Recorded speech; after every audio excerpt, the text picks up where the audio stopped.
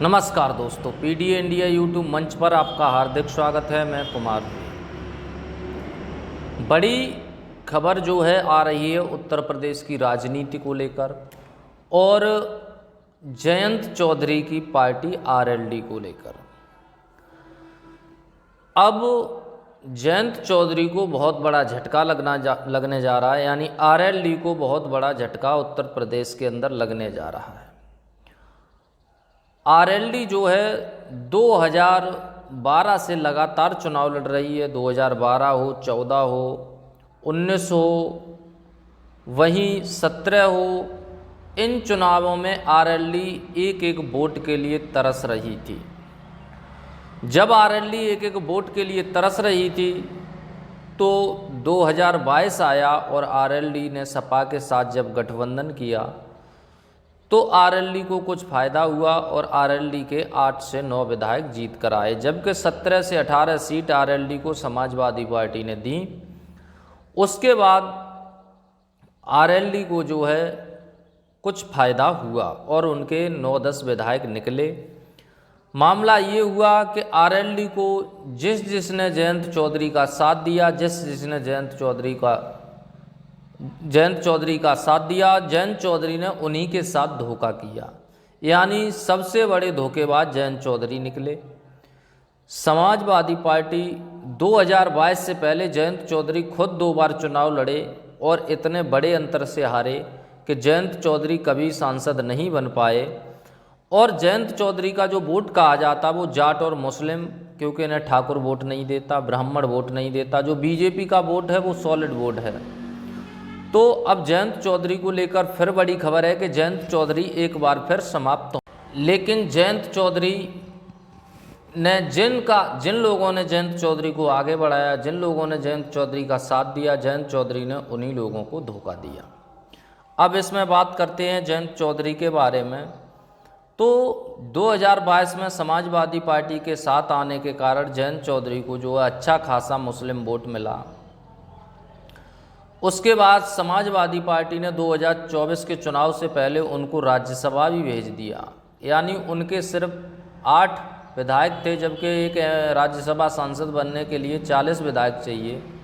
तो समाजवादी पार्टी ने उनको राज्यसभा भेजा, लेकिन वो अखिलेश यादव को इतना बड़ा झटका देकर गए और भागकर चले गए। अब खबरें ऐसी आ रही हैं कि अब एक वक्फ बिल पास हुआ है, यानी वक्फ बोर्ड है जो उसका एक बिल आया है। तो उस बिल को लेकर बड़ी चर्चाएं हैं और जयंत चौधरी ने जिस तरीके से उस बिल का समर्थन किया है उसको लेकर अब आरएलडी के जो मुस्लिम नेता हैं, जो मुस्लिम लीडरशिप है उनकी, उसमें असंतोष पैदा हुआ है और कई नेता आरएलडी को छोड़ चुके हैं, टाटा बाय बाय कह चुके हैं। वहीं आरएलडी के 2 विधायक भी मुस्लिम विधायक हैं। हालांकि मुस्लिम विधायक हैं, वो अभी क्या उनका स्टैंड होता है ये देखने वाली बात है, लेकिन आरएलडी को अब मुस्लिम जो जनता है वो वोट नहीं देगी, क्योंकि सेकुलर पार्टी कही जाने वाली आरएलडी अब एक खुद का भला सोचने वाली पार्टी हो गई है।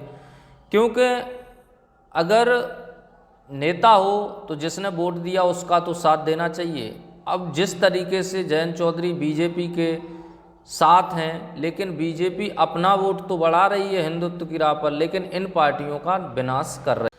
तो बीजेपी की सीधी सीधी रणनीति है कि इन पार्टियों को ख़त्म करना। ये छोटी छोटी पार्टियां जितनी भी हैं इनको बीजेपी आने वाले समय में ख़त्म करेगी।